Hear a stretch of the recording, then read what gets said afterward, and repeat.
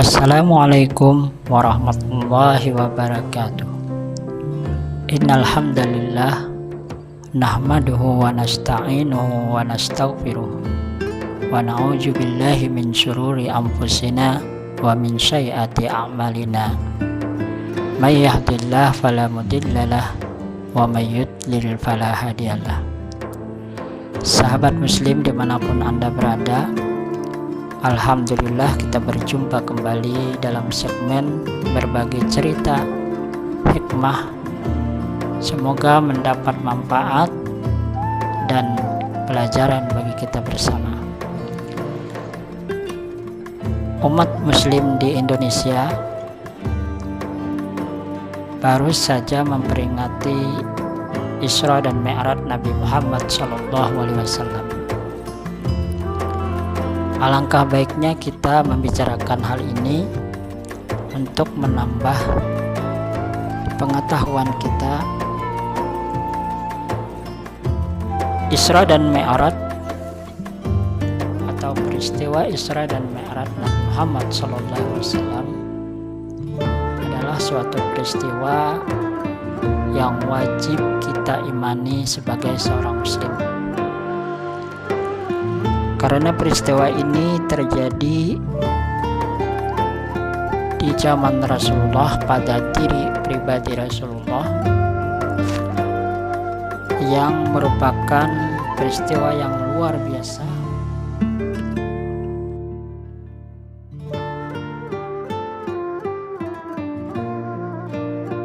Ini adalah murni dari kehendak Allah Subhanahu wa Ta'ala.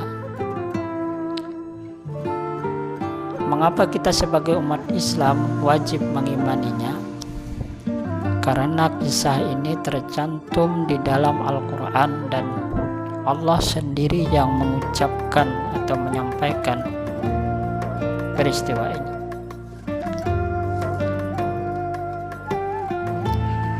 Sebagaimana firman Allah di dalam surah Al-Isra ayat 1 yang berbunyi, Subhanalladzi asra bi'abdihi lailan minal masjidil haram ilal masjidil aqsa alladzi barakna haulahu linuriyahu min ayatina innahu huwas samiul basir.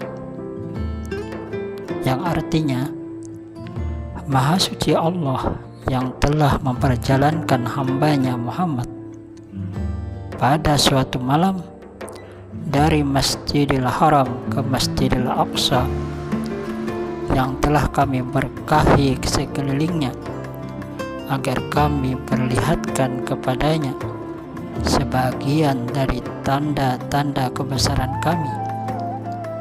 Sesungguhnya Dia Maha mendengar lagi Maha melihat.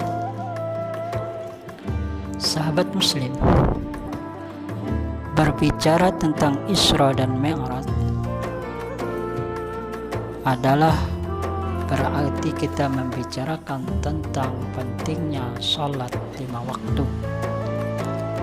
Karena inti daripada perjalanan Isra dan Mi'raj Nabi kita Muhammad SAW ini adalah dalam rangka mengambil atau menepati perintah Allah, yaitu mengambil perintah dari sholat 5 waktu tersebut. Isra dan Mi'raj Nabi kita Muhammad SAW diperingati setiap tanggal 27 Rajab oleh umat Islam di seluruh dunia dan merupakan hari yang sangat penting dan bersejarah bagi umat Islam. Peristiwa Isra dan Mi'raj tepatnya terjadi pada tanggal 27 Rajab, yaitu bertepatan dengan tahun 621 Miladiah. Saat itu beliau Nabi kita Muhammad SAW dalam usia 51 tahun. Tujuan daripada Isra dan Mi'raj ini adalah untuk menerima perintah sholat. Saking pentingnya perintah sholat ini, Rasulullah langsung diperintahkan untuk mengambilnya ke hadapan atau ke hadirat Allah Subhanahu wa Ta'ala. Kalau perintah yang lain seperti zakat, puasa, haji, itu Allah Subhanahu wa Ta'ala memerintahkan Nabi Muhammad SAW itu melalui malaikat Jibril. Akan tetapi sholat ini Rasulullah SAW langsung yang diperintahkan untuk menghadap ke hadirat Allah Subhanahu wa Ta'ala melalui Isra dan Mi'raj untuk menerima perintah sholat yang 5 waktu.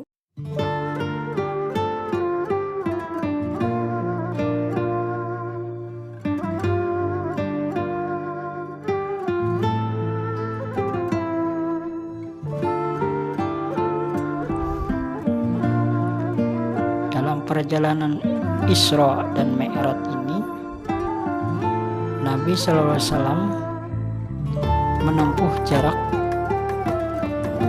yang jauh, tetapi atas kehendak Allah dapat dilalui dalam satu malam,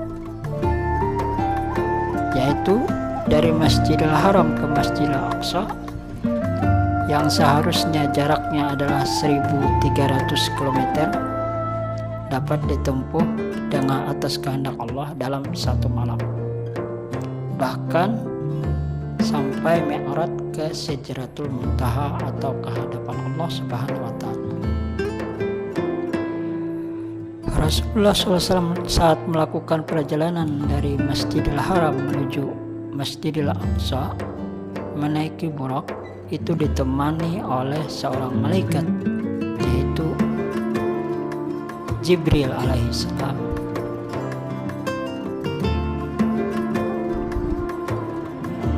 Sedangkan Mi'raj merupakan perjalanan baginda Rasulullah SAW dari Masjidil Aqsa naik menuju Sidratul Muntaha. Saat perjalanan Rasulullah itu diperintahkan untuk menemui beberapa nabi di setiap langit hingga langit ketujuh. Beberapa nabi yang ditemui oleh Rasulullah SAW dari langit lapisan pertama hingga lapisan ketujuh, di antaranya adalah pada langit pertama Rasulullah bertemu dengan Nabi Adam alaihissalam. Kemudian di langit kedua Rasulullah bertemu dengan Nabi Isa alaihissalam dan Nabi Yahya. Di langit ketiga Rasulullah bertemu dengan Nabi Yusuf. Di langit keempat Rasulullah bertemu dengan Nabi Idris. Dan pada langit kelima Rasulullah bertemu dengan Nabi Harun dan Nabi Musa. Dan ke langit ketujuh Rasulullah bertemu dengan Nabi Ibrahim alaihissalam. Setelah menemui para nabi, Rasulullah pun kemudian naik lagi ke Sidratul Muntaha untuk bertemu dengan Allah Subhanahu wa Ta'ala. Dan di hadapan Allah Subhanahu wa Ta'ala Rasulullah menerima perintah sholat yang awalnya 50 waktu, tetapi Rasulullah mengingat bahwa umat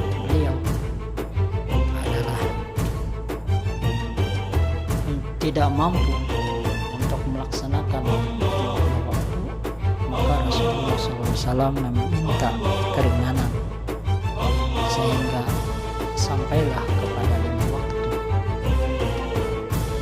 yang harus kita kerjakan setiap hari 24 jam sehari semalam, yaitu 5 waktu. Sahabat muslim, jadi inti dari peristiwa Isra dan Mi'raj Nabi kita Muhammad SAW adalah untuk menerima perintah sholat. Dan sholat ini adalah sebagai bukti kita sebagai hamba Allah, bukti kita menyembah Allah, dan kita sebagai makhluk untuk berterima kasih kepada Allah atas segala nikmat dan diberikannya segala macam nikmat hidup dan nikmat semua yang ada di muka bumi ini, dan pengakuan kita sebagai hamba, itulah kita harus melaksanakan sholat. Perintah sholat banyak sekali tercantum di dalam Al-Quran. Contohnya adalah surah Al-Isra ayat 78 yang berbunyi, Aqimis salat liduluki syamsi ila ghasyakil lail wa qur'anal fajri inna qur'anal fajri kana mashhuda. Yang artinya dirikanlah salat dari sesudah matahari tergelincir sampai gelap malam, dan dirikanlah pula salat subuh, sesungguhnya salat subuh itu disaksikan oleh malaikat.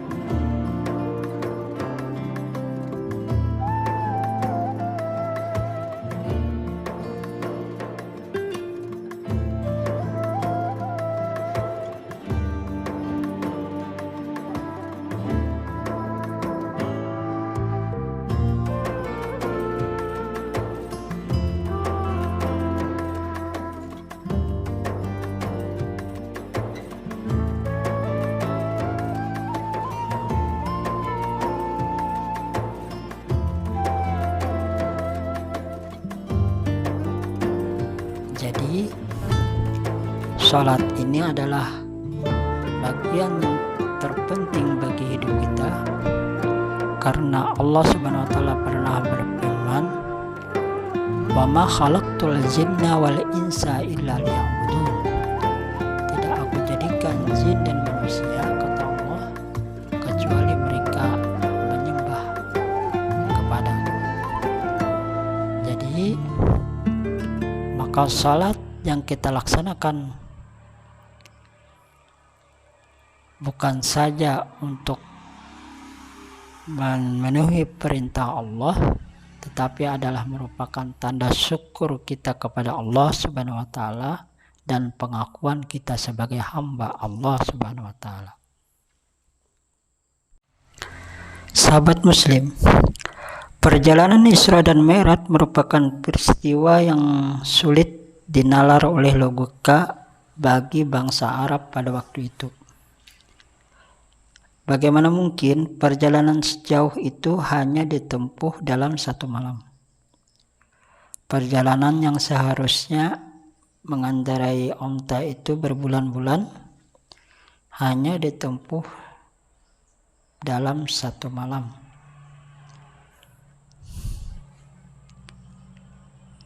Apalagi Mi'raj yang menembus langit, menembus angkasa, tentu sangat sulit sekali diterima oleh akal manusia. Hanya dengan keimanan saja yang dapat menerima peristiwa ini. Rasulullah SAW menyadari kejadian yang dialaminya itu di luar nalar. Oleh karena itu beliau sudah menyangka dan cemas, jangan-jangan umatku tidak akan percaya dengan semua ini. Tapi bagaimanapun ini adalah kebenaran dan nyata. Beliau mengalami sendiri semua yang beliau rasakan pada perjalanan satu malam itu. Sehingga sebuah kebenaran itu harus beliau sampaikan. Bukankah seorang nabi itu adalah bersifat syidik, amanah, dan tabligh? Peristiwa Isra dan Mi'raj ini merupakan ujian bagi umat Islam pada waktu itu. Mereka harus betul-betul diuji keimanan mereka. Mereka yang tulus keimanannya akan semakin bertambah. Tetapi bagi mereka yang munafik, mereka akan semakin kafir.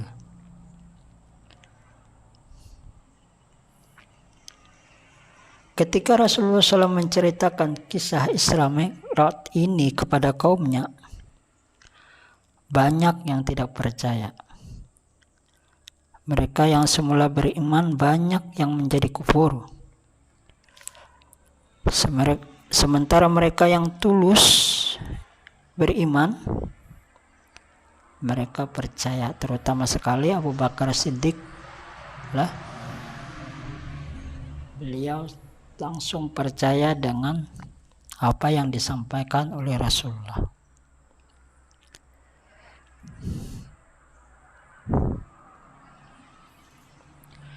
Nah, perjalanan Isra Mi'raj ini telah selesai. Rasulullah SAW turun ke dunia dan sampai di Mekah menjelang waktu subuh. Beliau ini memasuki masjid. Tapi ada sesuatu yang menjanggal dalam diri Rasulullah. Beliau berpikir, jangan-jangan umatnya ini tidak mempercayai. Beliau sangat cemas. Sampai Rasulullah bersedih. Lalu beliau duduk. Tiba-tiba Abu Jahal lewat dan menghampiri beliau. Abu Jahal ini termasuk paman beliau lah. Abu Jahal duduk di samping Rasulullah dengan nada seperti mengejek. Abu Jahal bertanya, apakah ada berita yang ajaib Muhammad? Iya, jawab Rasulullah. Apa itu? Tanya Abu Jahal penasaran. Aku telah diisrakan tadi malam, jawab Rasulullah. Kemana? Tanya Abu Jahal. Ke Baitul Maqdis, jawab Rasulullah. Loh, kok pagi ini sudah berada di sini? Tanya Abu Jahal semakin penasaran. Bagaimana mungkin perjalanan sejauh itu ditempuh hanya dalam satu malam? Iya, jawab Rasulullah. Rasulullah menjawab iya. Abu Jahal tidak mengingkari apa yang diucapkan Rasulullah.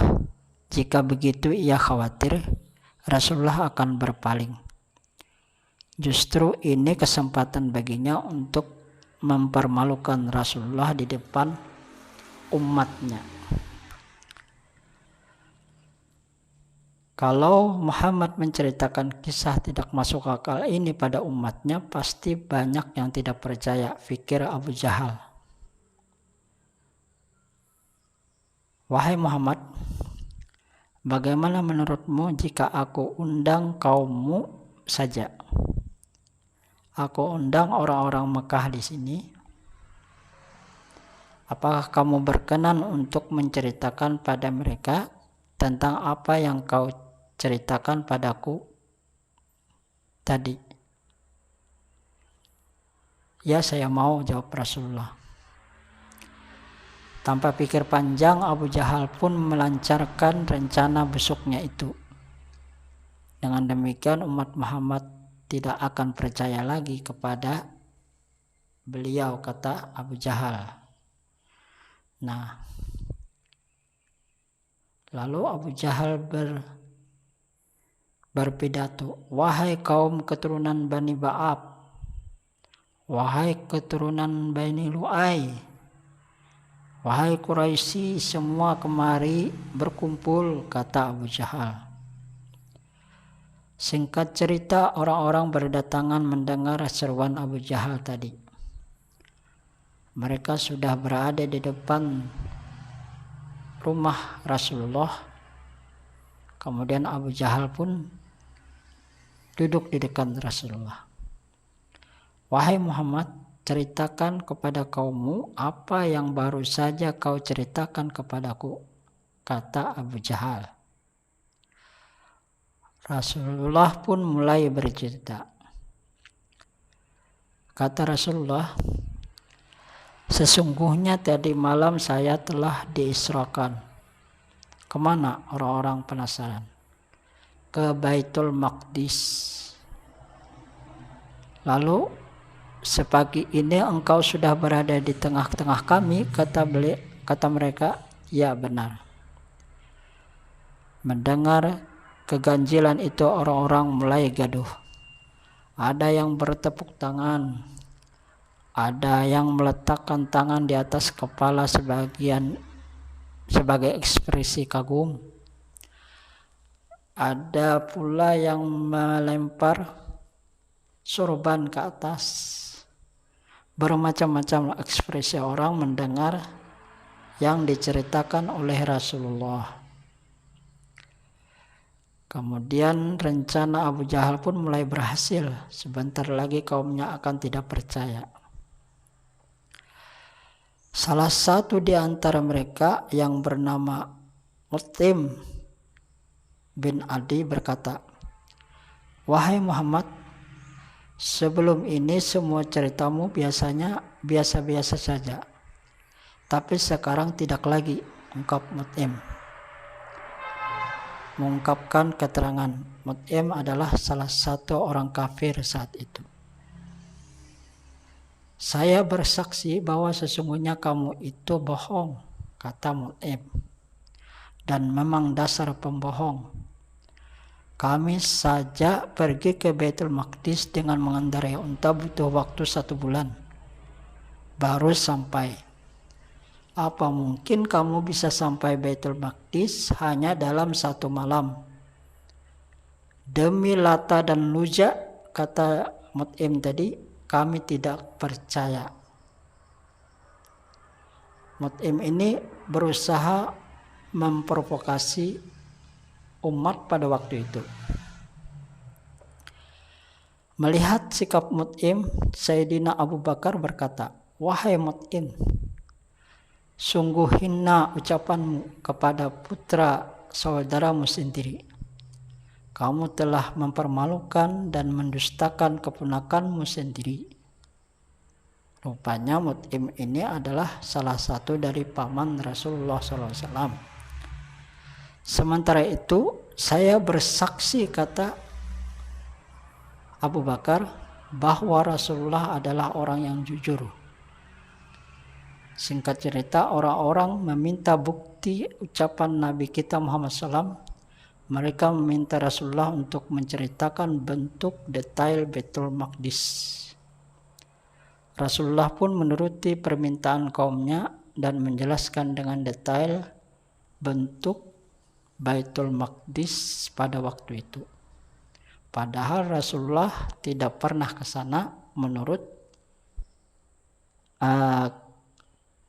kebiasaan atau menurut hal yang biasa sebelum terjadinya Isra dan Mi'raj itu. Beliau tidak pernah ke sana.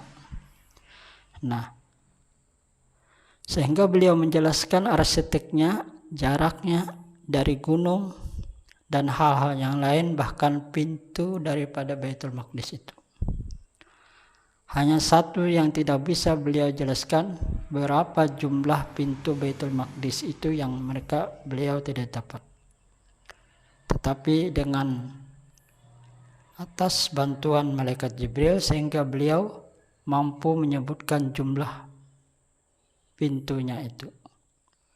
Sehingga diperlihatkanlah di hadapan beliau, sedangkan yang lain tidak melihat jumlah pintu itu sehingga beliau dapat menyebutnya.